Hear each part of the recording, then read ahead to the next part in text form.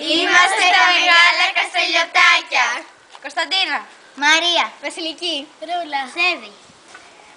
θα σας δείξουμε αυτά τα φυτά είναι από το δικό μας θερμοκήπιο, τα οποία έχουμε φυτέψει εμείς από σπόρο και έχουν φυτρώσει, τα οποία είναι κολοκύθια και τώρα είμαστε έτοιμοι να τα φτέψουμε, τα λακάκια που έχουμε ανοίξει, στα οποία πρώτα βάζουμε λίγο λίπασμα.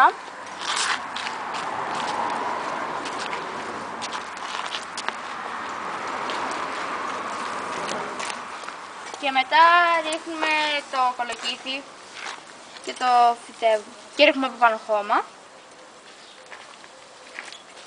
Κρατώ. Θα αφήσουμε και λίγο. Ναι. Και το ποτίζουμε και λίγο. Το πατάμε. Τώρα περιμένουμε το ποτιστήρι να έρθει με το κούρι. Μισό λεπτό. Γιατί θα βάλουμε μουσική.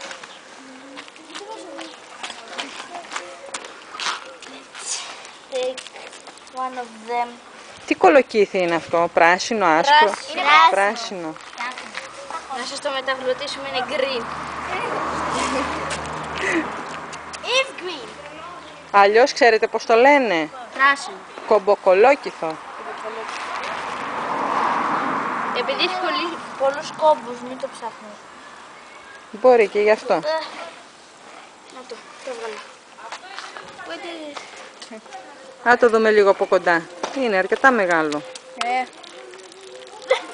Κατούρα.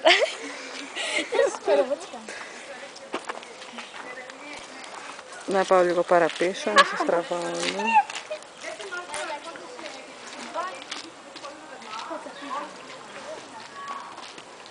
Βασιλικούλα, πώς πάει?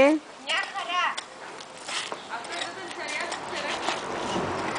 Τα κολοκύθια που θα βγάλουμε, τι θα τα κάνουμε? Θα πουλήσουμε στη λαϊκή. Μαζί με τι άλλο? Μαζί με πατάτες, μαρούλια, ντομάτες, μελιτζάνες. Iceberg. Iceberg, ναι, το μαρούλι. Και έχουμε και κάτι άλλο χλωρό. Μελιτζάνες με Κρεμμύδια. Μπράβο, και κρεμμύδια. Έχετε βγάλει κανένα τραγουδάκι για εκείνη τη μέρα? Πώς θα τραβήξετε κόσμο? Όχι, αλλά θυμόμαστε από τον μπαζάρ που είχαμε κάνει τα Χριστούγεννα. Μπράβο. Γιατί, αλλά ήταν ωραία.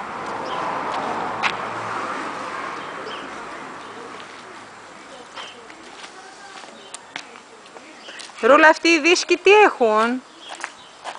Σου πω εγώ. Έλα, Ντίνα, να μας πεις τι έχουν αυτοί οι δίσκοι.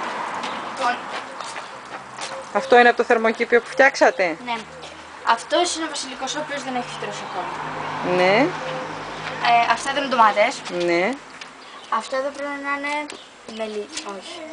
Αυτό Είναι κερασοδομάτες, είναι Ναι, είναι ντοματίνια. ντοματίνι. Και αυτό είναι σελινόριζα. Σελινόζα. Ναι. Και αυτό εδώ. Και εδώ είναι πιπεριά και μελιτζάνα που σκάζει τώρα, Αυτή είναι η πιπεριά και αυτή η μελιτζάνα. Ναι, που σκάζουν σιγά σιγά. Ναι. Ωραία. Τα οποία πετύζουμε κάθε μέρα. Γιατί θέλω να ποτίσμα τώρα που κάνει ζέστη. Και γιατί βγάλατε το νάιλον? Γιατί πρέπει να φτιάξουμε. Ήταν ο καιρός. Ακριβώς. Μπράβο.